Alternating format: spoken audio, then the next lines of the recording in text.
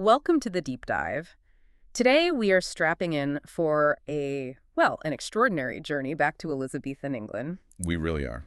We're going straight into the private study and, frankly, the living room of one of history's most confounding and ambitious intellects, Dr. John Dee. Absolutely. Our deep dive today centers entirely on the meticulously recorded occult experiments he conducted over several years with his controversial scryer, Edward Kelley. And we're drawing almost exclusively from the original source documents for this. That's right. Those vital, dense volumes that form the foundation of what the world now knows as the Enochian system, the 5 books of mystery. And to really contextualize this, you have to grasp who Dee was. Yeah. Born in 1527, dying around 1608 or 1609, Dee was, the archetypal Renaissance man. It was everything at once. Exactly. The sources confirm he was a master of mathematics, astronomy, navigation, medicine, history. But crucial to this story is that he was simultaneously immersed in the occult sciences. He lived, intellectually, at the exact intersection of emergent science and traditional magic. He was standing between tradition and Reformation and drawing heavily from both Hermeticism and Kabbalistic thought. And he was no fringe figure. This was Queen Elizabeth I's scientific advisor, consulted on everything from navigation to imperial claims. Yes, and yet he believed his most important mission was communicating directly with the highest celestial spheres. And that, I think, elevates this from just a historical oddity to something like a theological crisis. Dee wasn't seeking personal power, was he? He was seeking uncorrupted foundational knowledge. That's the two. So our mission today is to really unpack that intense, years-long pursuit for divine wisdom and revelation. We're going to look at the painstaking process Dee developed, the specific apparatus, the complex ceremonies, and crucially, the explosive, often compromised partnership with Edward Kelley. A partnership that defined everything. It really did. This was a project designed to acquire nothing less than divine authority, an intellectual weapon intended to rival the established institutions of the world, including Rome itself.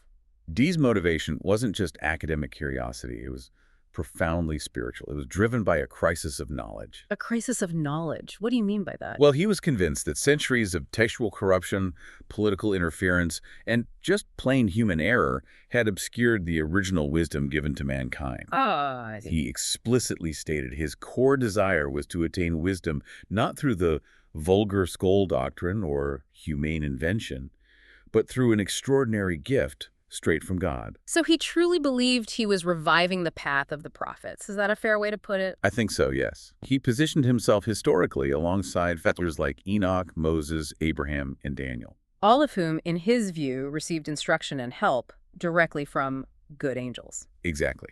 He saw this as the purest form of scholarship. His persistent prayer, it's documented right there in the Mysterium Liber Primus.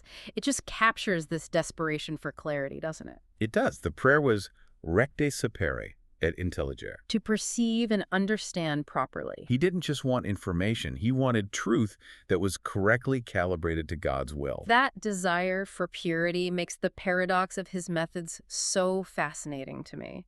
Dee continually sought to distinguish his spiritual practice from what was vulgarly accounted magic, the grimoires and spellcasting that were viewed so suspiciously. Right, by the church, by the state. Yet, when you look at his actual methods, he was employing consecrated tools and following protocols that mirrored the very ritual magic texts he nominally distanced himself from. He's referencing Agrippa, Reuchlin, and Trithemius. He was using the tools of the field while asserting a completely different higher intention. He was praying directly to God to send his angels, rather than compelling or negotiating with spirits using traditional magical formulae. He was looking for a pure channel. An uncorrupted channel, bypassing the confusing maze of corruptions and variants found in the grimoires. But he immediately hit a physical wall. He couldn't see the spirits himself. Which created the absolute necessity of the medium, the seer, who would look into the crystal globe, the speculum. And this brings us to the first crucial failure in the project. The brief, troubled tenure of Barnabas Saul. Right. Saul was highly credentialed, a master of art and a preacher, and Dee began working with him in late 1581. But the sources show this relationship it becomes a spiritual and emotional mess very quickly. Oh, absolutely. The initial sessions were tense. Dee records Saul being strangely troubled by a spiritual creature around midnight. This was not a calm, scholarly dictation session. Not at all. It was frightening. and it suggests a high degree of emotional or psychological involvement from the scryer right from the start. And the relationship just deteriorated completely by 1582. Dee's disappointment is so clear in his diaries. It is. He accused Saul of naughty dealing and manifold untrue reports, concluding that the angels neither found delight in Saul, nor would they give plain answers through him. He was so disheartened by Saul's failure that he recorded wishing to be barred from the mysteries of thy truth's understanding. Which for a scholar like Dee is just. It's the lowest point. He's willing to give up his life's quest. And that, of course, is the precise moment when the man who would change everything, Edward Kelley, walked through his door in March 1582.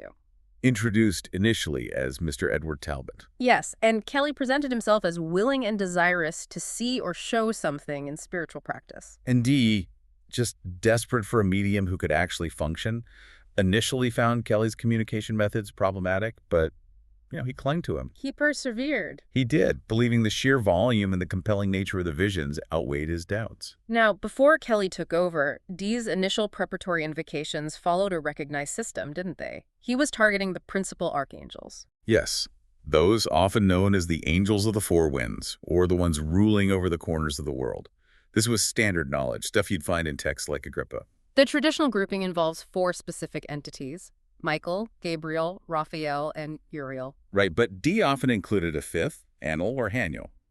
We can trace his understanding of their roles back to non-canonical lore, which gave them specific directions and attributes. And let's break that down, because it really anchors the entire magical worldview Dee was operating in. It does. Michael, whose name means who is as God, governs the east.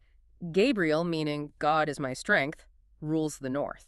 Raphael, God has healed, governs the west, and Uriel, the fire of God, is allocated to the south. And Aniel. Anil, meaning grace or glory of God, was associated with the planet Venus and love. A slightly more niche figure, but clearly significant to Dee's comprehensive planetary work. Now, this leads us back to the failure with Saul, and it's such a powerful illustration of the risk Dee was running. It really is. During a session when Saul was attempting to contact Anuel, he saw something entirely different. What did he see? He described a creature, yellow and glittering, who spoke Latin, and said, "Potestas omnis, imisita est, bona et mala."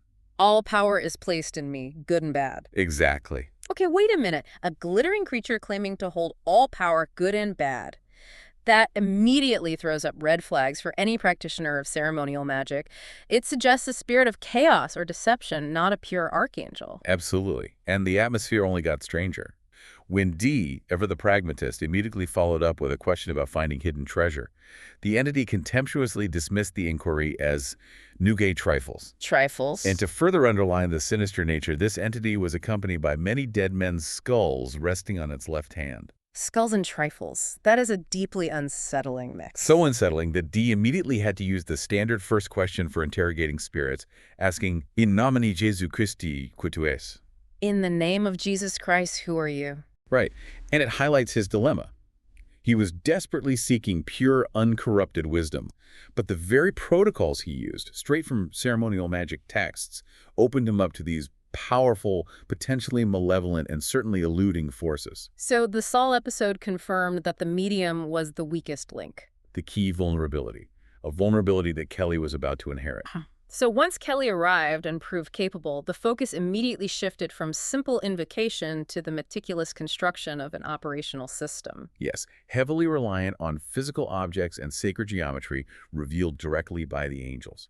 This systematic approach was Dee's genius. And central to it was the Sigillum Aemeth, the seal of God. The absolute core of the whole thing. The sigil wasn't just decorative. It was the entire operational core, the anchor point for the magic. We hear it's the beginning in this art in the Liber Juratus. But let's unpack why it was so important for Dee to ask the angels to resolve discrepancies in existing versions.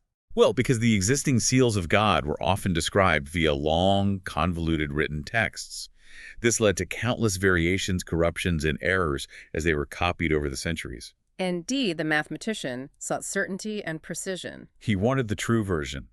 So he asked the angels, and what they delivered was, in the words of scholars, a radically new version. What specifically made it radical? Was it the arrangement, the names, or the level of detail? It was a combination of things, but primarily the layering and the complex relationship between the names of God and the governing angels. The angels provided incredibly precise, specific instructions for its manufacture during the sixth action in March 1582. And the detail here is just astonishing, isn't it? It had to be made of perfect wax. Not just any wax, but clean, purified material. And be exactly 9 inches in diameter and about 1.25 inches thick. That level of industrial precision for a magical tool says so much about Dee's approach. It really does. And that precision continued into the text inscribed on it. Between the outer circles, the schem hemphoris, the 72-letter name of God, was required. And that's a crucial detail. It is, because the 72 names are considered the essential foundational names of God in Jewish mysticism.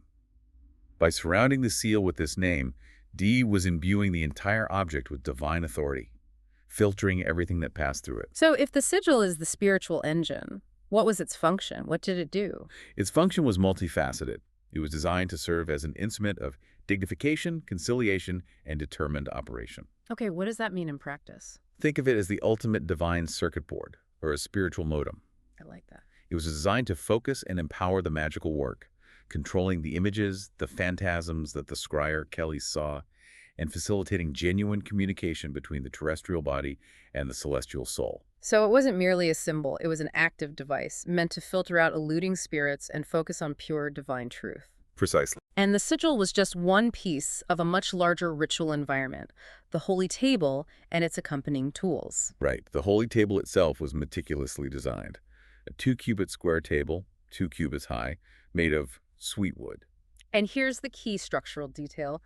4 seals of God, identical to the main sigil, were required to be placed underneath the 4 feet of the table. This is architectural magic. The main sigil sat on top, where the crystal globe or speculum rested, but by placing the seals under the feet, the table itself became consecrated, a fixed physical altar anchoring the sacred space. It sounds incredibly elaborate, almost like building a portable temple. Did any of these pieces actually survive? They did, miraculously. Elias Ashmole, the antiquarian who later preserved the manuscripts, described a surviving table as being made of fine-grained, heavy wood, complete with Enochian letters painted in red on a gold background. So this confirms that Dee didn't just write down the inscriptions. He executed them with the highest degree of physical rigor.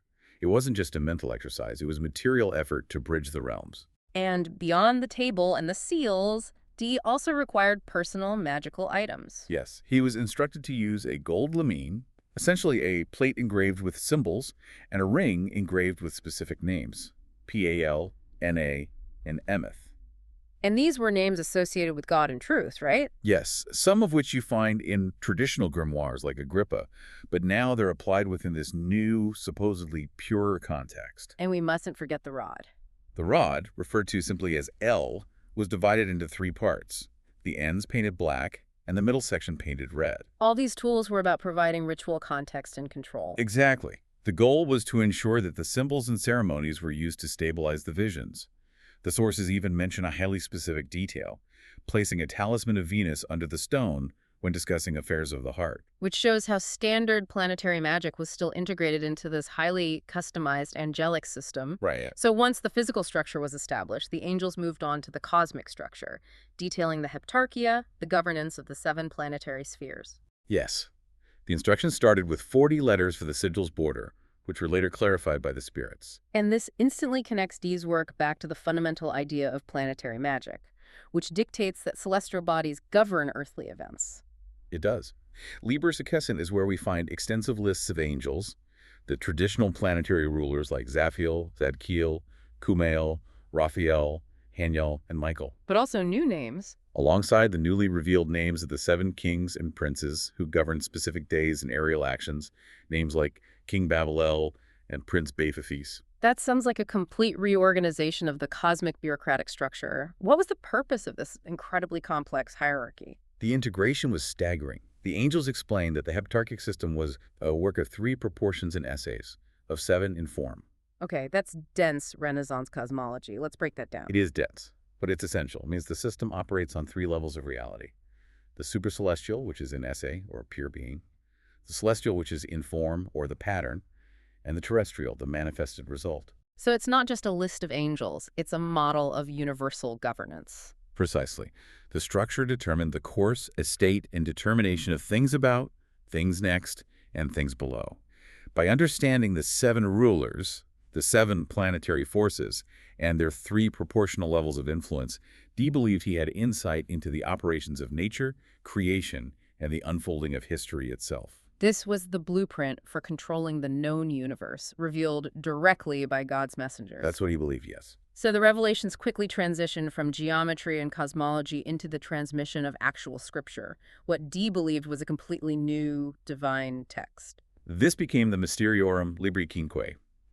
The angels referred to this coming text simply as the Holy Book. And they promised it would be a book of secrets and key of this world. Yes, and that it would be completed in a set time frame of 40 days. The transmission process itself sounds physically intense, verging on the traumatic for Kelley. Oh, absolutely. In the 31st action, on Good Friday, in March 1583, the angel me, presumably Michael, the archangel, appeared, and the sources record that a fire literally entered Edward Kelley's head. A fire entering his head, that's a staggering image. And it was followed immediately by the first lines of the Holy Book being dictated. This was not quiet contemplation. This was a violent infusion of knowledge. And Dee, despite witnessing this divine spectacle, immediately reverts to his scholarly habits. He does. He was eager to finish the project and requested an abridgment of the transmittal process. And he was sharply, emphatically rebuked. He was. The angel me stated he wouldn't return until the book was finished in its proper sequence, emphasizing the divine authority. The message was clear. Dee was the scribe, the archivist, but he had no editorial control over the timeline or content. The message was, patience, humility, and trust in the celestial timetable were absolute requirements. And the content of that resulting revelation was arguably the most radical element of the entire operation. It's a language. The replacement of traditional holy names, specifically Hebrew, with entirely new names and a new language, what we now call Enochian. This is where the theological implications are just profound. For centuries, Hebrew was revered as the lingua sacra, the holy tongue, the language God used to speak creation into existence. But Dee was told this new language, Enochian, was taught by infusion to Adam in paradise. Right, and used with Eve, or Cheva, until the Airy Tower was destroyed. So by claiming the Enochian language, Dee was essentially claiming a textually purer prelapsarian authority than the Hebrew texts available to Jews and Catholics. Exactly. It bypasses the entire history of Christianity and Judaism. If Hebrew was corrupted by the fall or by subsequent human error, Enochian was the pristine original language of creation spoken before human consciousness became fractured. It's a radical Protestant impulse in a way. Very much so. Bypassing centuries of institutional interpretation to get direct access to God's original word. And the source also notes Kelley's lack of traditional knowledge in Hebrew and Kabbalah, which might have made this new infused language a necessary medium for the scryer. Dee was also obsessed with existing but incomprehensible lost knowledge. Yes, his continuous inquiry concerned the obscure text known as the Book of Soiga, or Aldarius of Soiga. He owned these manuscripts that were basically elaborate tables and codes he just couldn't decipher. And he just hammered the angels for its meaning. He did. And it really shows the desperation of the Renaissance scholar, having the object of his desire, a cryptic book of power, but lacking the key. And what did the angels say? During the 43rd action, the angel Uriel confirmed that the Book of Soiga had indeed been revealed to Adam in paradise by good angels. Which was total validation for Dee's lifelong pursuit of ancient wisdom. Complete validation. Yeah. But Uriel immediately placed a restriction on the interpretation. Ah, of course. What was it? The angelic restriction was definitive. Solus, Michael ilias libri est interpretor. Michael alone is its sole interpreter. So Dee had the text and the validation, but the key to its true power remained locked within the angelic hierarchy. It emphasized humility and the necessity of the angelic communication process itself. You can't just have the book, you need the divine guide. And we also get a glimpse of Dee's personal anxieties here. He referenced an old prophecy that suggested after reading the Book of Soiga, he would only live 2.5 years. And Uriel, who was supposed to be the angel of prophecy, dismissed this fear outright. He reassured Dee that he would live 100-odd years. A much-needed psychological reassurance, I imagine. It allowed him to continue his dangerous work. And ultimately, the angels revealed the central meaning of Soiga, Which was? that it contained the true measure of the will of God in judgment, which is ascertained by wisdom. Beyond Soiga, Dee sought clarification on other widely recognized lost religious texts. Yes, specifically the lost book of Enoch, which is mentioned in the Epistle of Jude, and the lost writings of Esdras. texts that scholars often lamented having only secondary or fragmented knowledge of. And the angels confirmed these texts existed. They did, suggesting that the prophets of the Jews still possessed them. However, here we see the biases and anxieties of the era creep into the angelic response. The angels injected significant skepticism about the purity of the source. They did, stating, "We can hardly trust anything in the Jews' hands. They are a stiff-necked people and dispersed all the world over." And that's a remarkable historical moment embedded in this occult record. It is. It perfectly aligns with Dee's underlying premise, that uncorrupted truth could only come through direct angelic revelation, because human institutions and, in this case, a specific religious tradition, were viewed as fundamentally flawed and unreliable. It justified the entire massive undertaking. It confirmed that Dee needed to bypass human failings to access truth. And finally, the scope of the revelations offered massive geopolitical prophecies. Yes. The angel Michael prophesied not only of great misery and imminent judgment, but of a complete global and cultural shift. He stated, "New worlds shall spring of these, new manners, strange men." Which ties back directly to Dee's role as Queen Elizabeth's advisor. Dee, using his astronomical knowledge, had already predicted a significant new age beginning around 1583 or 1584. And the angelic revelation provided divine confirmation for this new era, a period where Dee's new, uncorrupted knowledge would be essential to navigate the coming world changes. We've established the incredible cosmic scope of the material, but now we have to confront the source of that material, Edward Kelley. The human element. Exactly. And the sources we have, Dee's diaries, they force us into a really uncomfortable position, requiring us to hold two contradictory views of Kelley at the same time. It's the essential psychological mystery of this whole deep dive. Dee's records offer compelling evidence for both a profoundly gifted visionary and an outright charlatan. And scholars like Nicholas Cluley rightly conclude that the truth regarding Kelley's sincerity likely lies somewhere in the middle. But we have to look closely at both sides of the evidence. Okay, let's start with the evidence for the genuine spiritual struggle. If Kelley were purely faking it, why would he experience such emotional duress? That's the question. The sources detail his bouts of emotional anxiety and arguments with the spirits, and his recorded reluctance at times to continue the scrying sessions. Right, if he was just dictating from Dee's library, why the anxiety? More crucially, later, when Dee and Kelley were traveling in Europe, Kelley admitted the entire system and the visions to religious authorities in Prague, at a time when confessing to occult practices could have been highly dangerous. Which strongly suggests more than conscious deception was involved. There was a reality to his experience, even if that reality was psychological. But we cannot ignore the counter-evidence. The revelations consistently showed striking similarity to texts Dee already owned. Books from Agrippa, Reuchlin, Trithemius, Peter of Abano. Kelley lived in Dee's house and had access to his massive library. And the critical point is that Dee was guiding the subject matter. And Kelley had the opportunity to absorb the contents of those esoteric texts. The content that came through the crystal often aligned perfectly with Dee's desires and scholarly interests. So the conclusion must be that the revelations were the joint product of Kelley's imagination and stock of knowledge and what he knew of Dee's thinking. It was a collaborative fantasy, in a way, driven by Dee's intellectual need and Kelley's ability to externalize that knowledge through vision. This complexity meant the sessions were never a simple, clean dictation. The spiritual entities themselves seemed compromised. Yes, Dee and Kelley faced constant intrusion by evil spirits, often undetected until much later. So there was this running theme of spiritual warfare throughout the diaries. Absolutely. It forced Dee to continually question the authenticity of his own divine channel. We have specific, terrifying examples of this deception. Like in Action 48, where an evil spirit successfully attempted to pass off a counterfeit character. A false symbol designed to corrupt the system from within.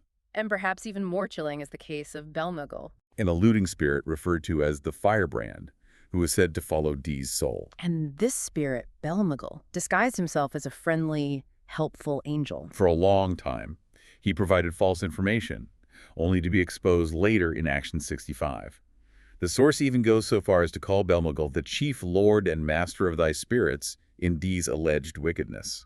Suggesting a lifelong spiritual affliction that Dee may have been unknowingly dealing with. It's a terrifying thought. This level of spiritual danger moved beyond intellectual deception and into physical horror. This is the moment I find genuinely chilling in the source material. The manuscript. Yes. Against the angel Raphael's explicit warnings, Kelley read the sacred manuscript out loud, exposing the divine secrets prematurely. And the retribution was immediate and terrifying. Spirits physically attacked him. They broke his left arm by the wrist and left 2 deep red circles imprinted on his skin. And this is a critical detail. This breaks the boundary between a theoretical occult study and literal physical violence. The source material records an injury inflicted by spiritual forces. It demonstrates the profound physical risk of these experiments. It pulls the entire enterprise out of the realm of philosophy and right into physical reality. It does. Dee, however, consistently tried to apply the angelic counsel to the mundane world, which is where we see the most unambiguous failures of the system. Right. Dee was a true Renaissance man, involved in policy and practical affairs.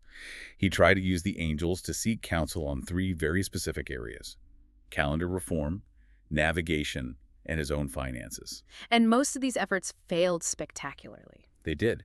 The calendar reform is a perfect example of divine counsel meeting political reality. Dee complained to the angel me that Queen Elizabeth would not reform the calendar. Even though he had delivered a favorable proposal to the Lord Treasurer, and court opinion was actually positive. But the reform was ultimately rejected because the English bishops refused to follow the Catholic lead set by Pope Gregory VIII, who had instituted the reformed calendar in 1582. So, in Elizabethan England, any move that looked like alignment with Rome, even if it was scientifically sound, was political suicide. The angels could provide the truth of the celestial clock, but they couldn't overcome sectarian political animosity. And the navigation advice was equally flawed. Dee received specific, detailed counsel for Adrian Gilbert concerning the long-sought Northwest Passage, A critical route for British imperial expansion. but unfortunately for Gilbert, the angelic advice concerned a route that turned out to be a myth. Leading to failed expeditions. Again, divine counsel, in this case, provided information that was physically inaccurate when tested against terrestrial reality. And perhaps the most poignant failure relates to Dee's personal financial troubles. He was constantly in debt. And he asked the angels for help finding 3s are hid to pay my debts. What was their response? The initial response from the spirit was a sharp moral rebuke, calling Dee a worldling for seeking such worldly vanity when he was offered the secrets of the cosmos. But then it shifted. It shifted very quickly. The angel acknowledged Dee's need and promised he would be satisfied with wealth. They showed him the caverns of the earth and secret places. The imagery is grand, the hidden treasures of the planet, but the mechanism offered for retrieval is utterly bizarre and, well, low stakes. It is. The angel promised to bring small quantities of treasure before one could count to 20 without the need for digging, Instant, risk-free cash. which starkly contrasts with the profound cosmological secrets Dee was being given. It highlights the internal conflict of the operation, a highly ambitious spiritual quest, frequently dragged down by mundane financial worries, and the spirit's contradictory responses to those needs. Given the intense nature of these sessions and the profound secrets revealed, the angels imposed a massive mandate for absolute secrecy. Yes, the angel Michael demanded Dee swear by the living God never to disclose these mysteries to anyone not explicitly sanctioned by them. And Dee's internal struggle regarding this secrecy is one of the most relatable moments in the diaries. It is. He was a scholar whose life's purpose was the collection and dissemination of knowledge. His response was one of deep worry. If no man by no means shall pursue anything hereof by me, I would think that I should not do well. He was agonizing over the denial of divine truth to the rest of mankind. Nevertheless, under the weight of the angelic mandate, he reluctantly agreed to the oath. And this secrecy, while protecting the immediate sanctity of the work, almost ensured the pages were carefully concealed and nearly lost forever. It almost did. Mm. The story of the survival of the original diaries, the Mysterium Libri Cunque, is honestly miraculous. It passed out of history entirely after Dee's death. They were discovered long afterward in what sounds like a scene from a historical drama, found in a private drawer within an old chest, having been passed to a surgeon named John Woodall. The manuscripts had essentially been forgotten, abandoned relics of a disgraced scholar. And their savior was Elias Ashmole, the famous antiquarian, alchemist, and founder of the Ashmolean Museum. He purchased the manuscripts in 1672, recognizing their immense historical and occult significance. And Ashmole's notes provide the shocking detail of how close the world came to losing this entire history. They really do. He recorded that a servant maid had used some of the manuscript papers to immerse about the house, and even worse, to light fires. The light fires. The fact that the physical record of the Enochian system, the only detailed account of the language of paradise, survived the wings of a maid's fireplace, speaks to an almost unbelievable stroke of luck. So connecting all these dots, we see the monumental purpose Dee believed these revelations served. He saw the divine information as justification. It was intended to give him the spiritual authority to compete intellectually with Rome, to support the geopolitical mission of the British Empire with uncorrupted knowledge, and to reveal the true structure of the universe to a world drowning in misinformation. And Dee's quest became the foundation for an entire school of esoteric thought.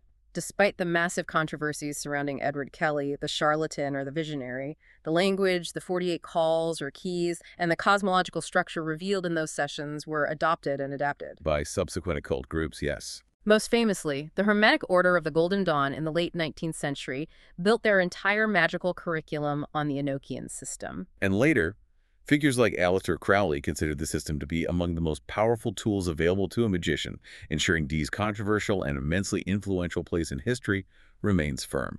So the work survived because it provided a seemingly complete, divinely authored system, purer and older than any competing tradition. That's the claim. Ultimately, we have explored Dee's rigorous, mathematically driven method, the astonishing content of the angelic revelations, from the construction of the Sigillum Aemeth to the transmission of a language older than history, and the inescapable, terrifying psychological and political context surrounding his collaboration with Edward Kelley. Right. Dee sought wisdom and truth above all else. But even Uriel, the angel of wisdom, when discussing the value of Kelley's visions, noted that the real question was the value of their interpretation. Dee accumulated an overwhelming library of divine information, some true, some false, some sublime, some mundane. When you, the modern seeker, face an overwhelming amount of information, whether from celestial beings or terrestrial sources like the internet, how do you, without the aid of a magical crystal or an archangel, discern the true value and appropriate application of the knowledge you acquire?